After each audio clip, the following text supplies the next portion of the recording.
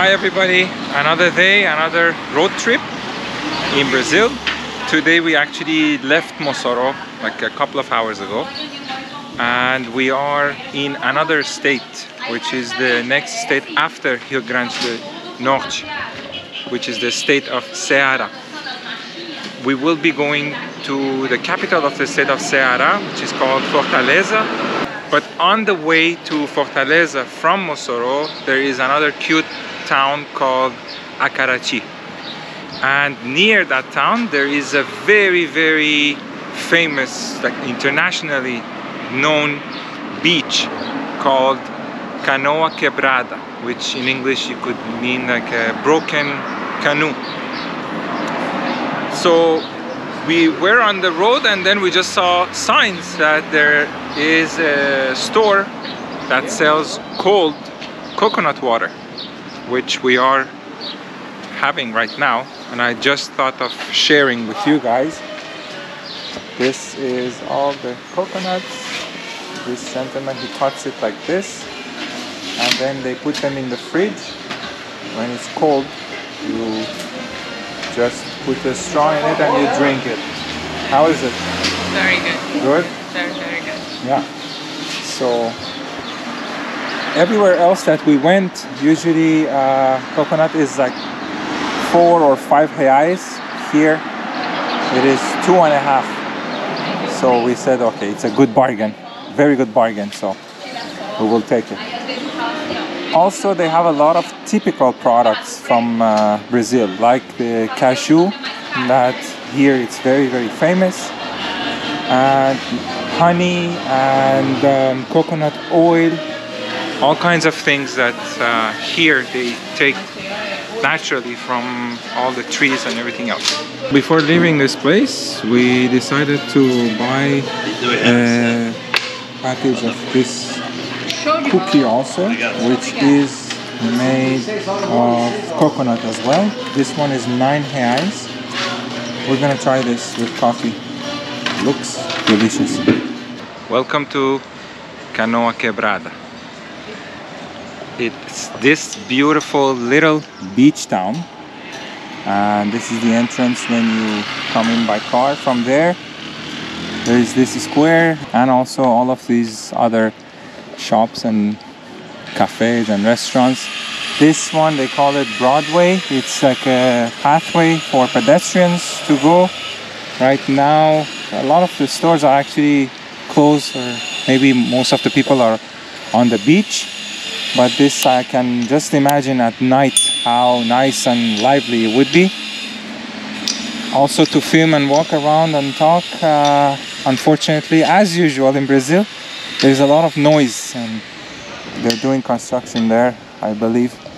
So just before they start again, I'm gonna walk a little bit and show you. As you can see, a lot of the stores are actually closed over there. So, but at night for sure it is going to be very lively. The road continues. You cannot come in here by car because this is just for pedestrians.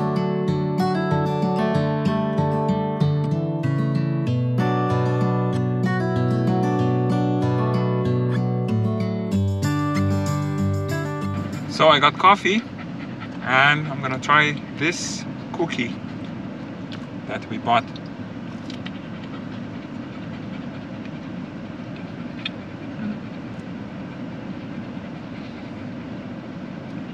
A bit dry.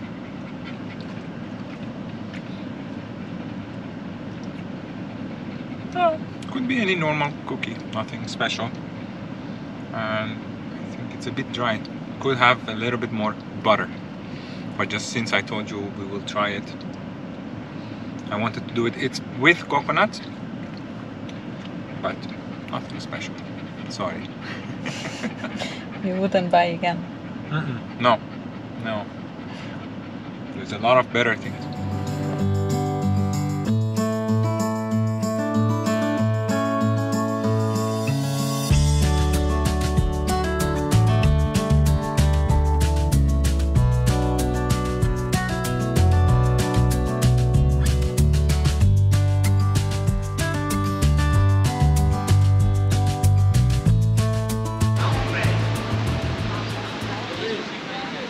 check out this view, guys. Wow. Amazing, amazing. Let me go closer. Yeah. That's the beach of Canoa Quebrada. It is also very, very famous for the sand dunes that they have over there that you see in the distance. Basically, it's kind of like what we did in Genipabu, that you rent the buggies and they take you on the dunes and they drive over it. It's a lot of emotions involved and so much fun, honestly. It's worth doing. But unfortunately here we're not staying that long. It's just a quick stop because we are going to Fortaleza, but we wanted to definitely pass by here and show it to you. Another very, very interesting fact about this little beach town is the sign that they use for it. The sign is a moon and a star. Regarding that, there are different versions of the story of why the sign of the city has a moon and a star in it. I'm gonna walk around as I'm explaining everything to you guys. So, this is the sign that I told you about. That basically is like a logo for the city. So, there are two versions of the story, why it is like this. First is because this destination is very, very famous internationally, and a lot of international tourists, they come here to party, to have a vacation. So one version of the story is that there were some European tourists that came to Canoa Quebrada, and after a long time that they had a lot of fun, they partied a lot, they came up with this sign for the city. This is one version. Another version of the story is that there was one tourist, apparently he was Moroccan and he was Muslim, and he was partying so much in the city that at some point he felt bad and he felt like he was committing a lot of sins.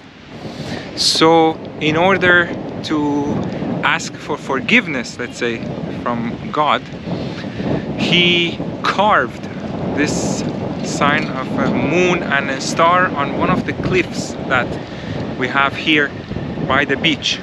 And this was kind of asking for forgiveness by him from God. This is another version of the story. Nobody knows exactly which version is true, but this is the history that you can find online about the logo of the city. I'm gonna try to see if we can also find that sign that is carved on the cliff, because also besides the sand dunes that I showed you, this location, this beach, is also very famous for the cliffs that they have. So that's where that tourist went to ask for forgiveness and to carve the sign of a moon and a star. Another thing about the sign is that the Europeans that were here, some of them were tourists, but some of them also were workers. And at the time, some French workers, they would work during the day very hard, and then at night they would party very hard. And that's why they came up with this sign of just moon and stars, because it was at night that they had the most amount of fun here in this beach. And over here also you can see some of the cliffs and dunes. Here, I believe behind this part there are some cliffs, and these are the famous dunes.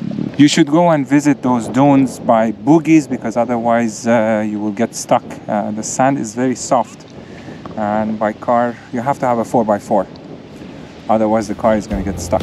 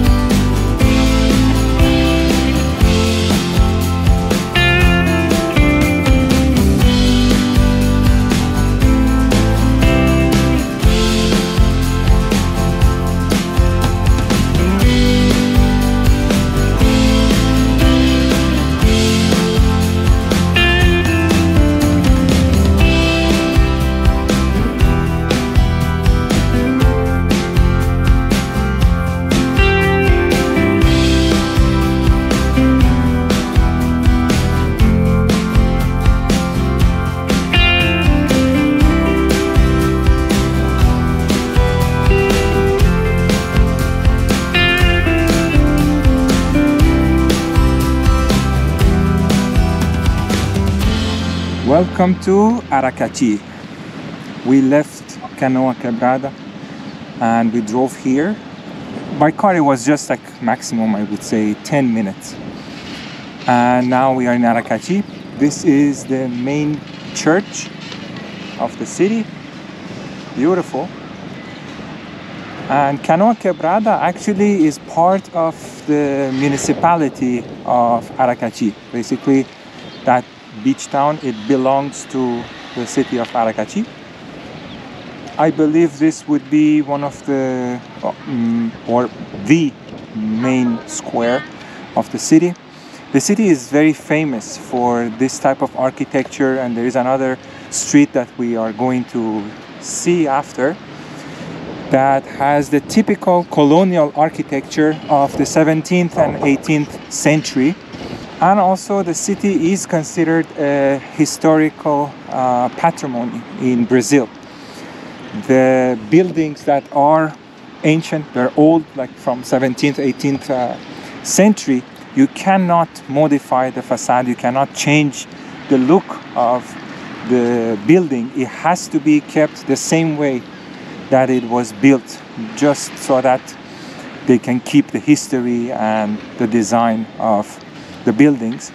Also from Aracati to Fortaleza, we are around a little bit over 160 kilometers to Fortaleza. After here, we're gonna go to Fortaleza. I believe we're gonna stop to have lunch here, and then we go to Fortaleza. Let me just turn the camera, show you this building too.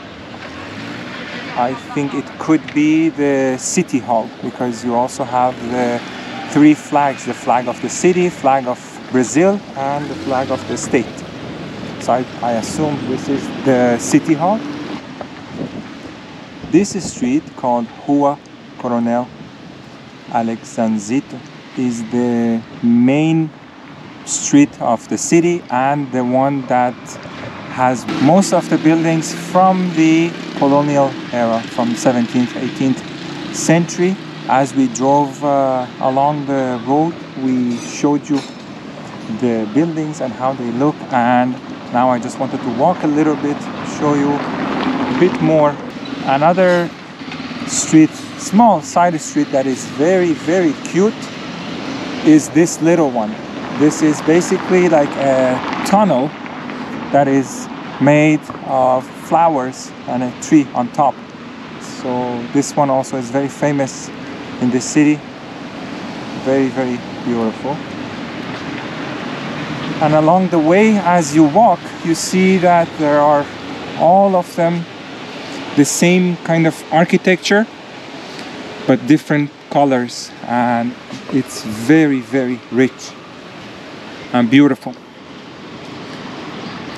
Another interesting fact to mention about Aracati is that the city actually has its own airport as well. So even though it's not the capital of the state like Fortaleza, and it's a much smaller city, it has its own airport, and that's why also for tourists, especially European tourists, it's very easy to come here, and there's a lot of them that they come to visit the city. Also, Aracati is very, very famous for the carnival celebration, and it attracts a lot of international and national tourists. Walking around this street, there are so many beautiful buildings, you don't know where to look. For example, this one, as you can see, these tiles are also very famous and typical of the city, and believe it or not, this place is actually office of a chiropractor. But as I mentioned before, they had to keep the look of the building, so that's why they kept it like this. Another very, very famous and typical characteristic of buildings here is this kind of tiles, which are actually the Portuguese tiles, and they are beautiful on the facade of the building. On the facade of the building, it makes it look gorgeous. yet another one down there also with beautiful tiles. We left Aracati and we just decided to stop here to have lunch. I wanted also to show you this because it's very interesting. In Brazil, usually it's the gas station that also has a restaurant by the side, and there's a convenience store also. So usually all the restaurants in the middle of the way when you're traveling are going to be something like this, right next to a gas station by the highway. You have a restaurant also, and honestly, in our experience so far, all of them are very good. The quality of the food everywhere you go is amazing. In Brazil, now more than a year and a half we are here, we never got sick because of food in a restaurant or anything. That being said, two other things I wanted to share with you regarding the road. This highway that you see in front, this is highway BR304, which is the one that we are taking. And as soon as we left Aracati and we took the highway, it's actually very nice, I have to say. Like the highway when we took to go to Martins and Porto Alegre, the quality of the road was really not good. It was not maintained. But this one, first of all, it's 2 lanes on each side, so you don't need to pay too much attention when you want to pass the cars. It's very smooth, no potholes or anything. Barely you see any potholes.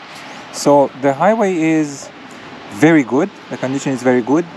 Where we are now, we have, I believe, 1 more hour to go to get to Fortaleza. Another interesting thing that we saw a lot was on the way when we come towards Fortaleza from Aracati. It's full of pools for shrimp farming. So there's a huge production of shrimp through shrimp farming that you see. It kind of looks like the same pools that we saw in Areia Branca that they would do for salt production. That was another interesting thing to mention.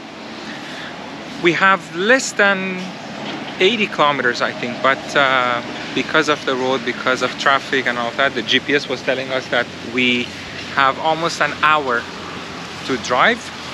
So we're going to continue now, and once we get to Fortaleza, we will update you again. Welcome to Fortaleza. We made it.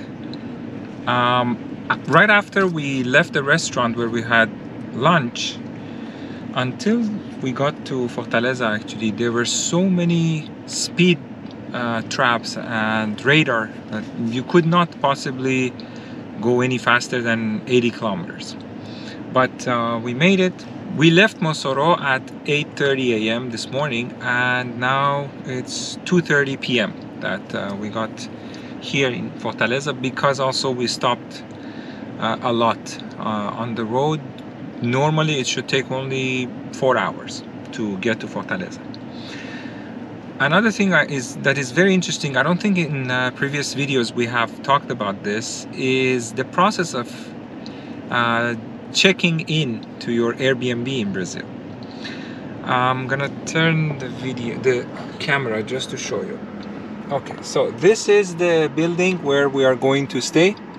Mariana went there, and there's always security in that little kiosk, or like a little room at the entrance of all the buildings. Most of the buildings in Brazil, they're like that.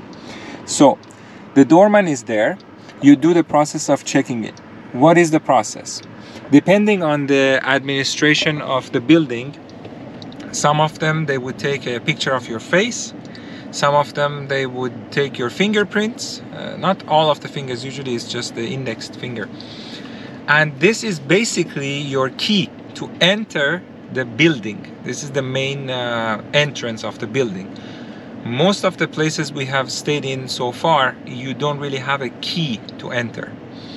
There is usually a buzzer with a camera that, if the system has facial recognition, they scan your face and the buzzer automatically opens the door for you to enter the building.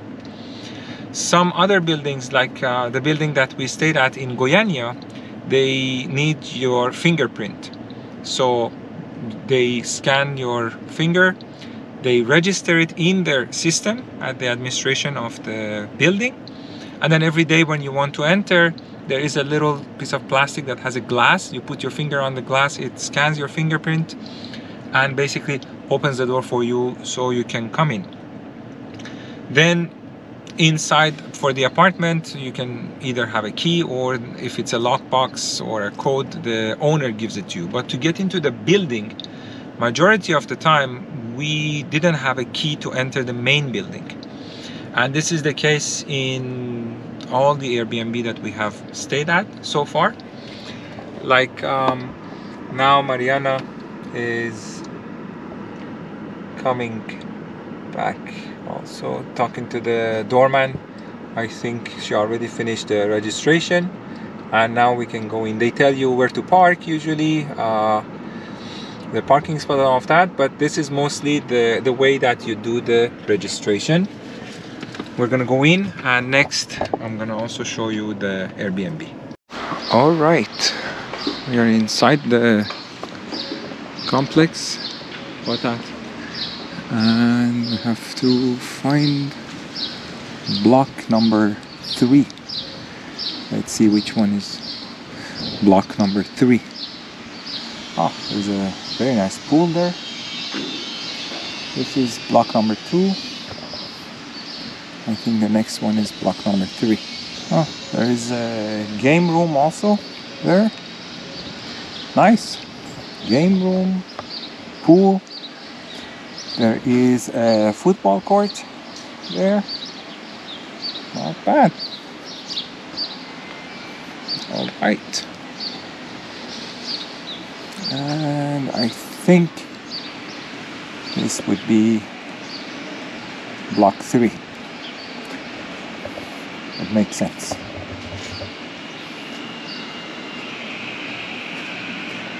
Yes, block 3. This one. And that is the pool. Let's check it out. Ooh, nice. Nice pool.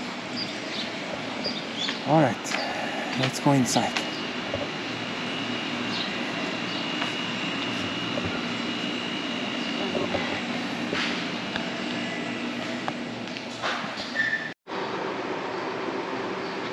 Oh wow, I like what I see. Beautiful.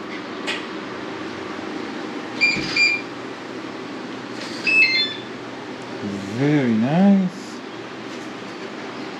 The balcony is already open. It's part of the living room. That is the pool. I can literally jump from here to the pool. Okay. Wow. Very nice. So here we have 2 bedrooms actually. This is the master bedroom.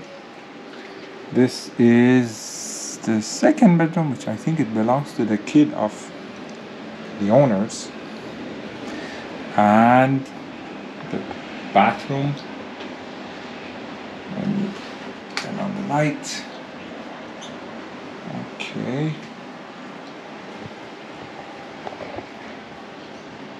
Good size bedroom. And let's see the kitchen. Oh, nice.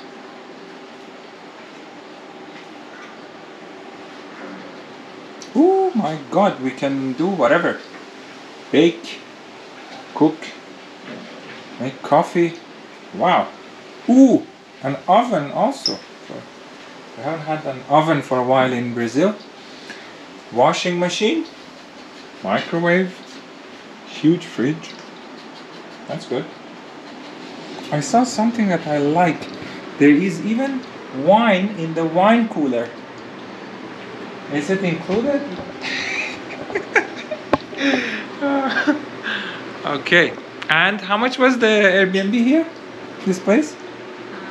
For 10 days, 1,900 reais. 1,900 reais for 10 days. All right, write the equivalent in dollars after. So we made it. We are in Fortaleza. We made it. It's almost 3 p.m. now. We checked in. That was our road trip. We're gonna be in Fortaleza for 10 days and we're gonna show you as much as we can also. Keep on watching, subscribe to the channel, leave us comments if you have any questions. We'll see you in the next one. Bye. Bye, Mariana. Bye.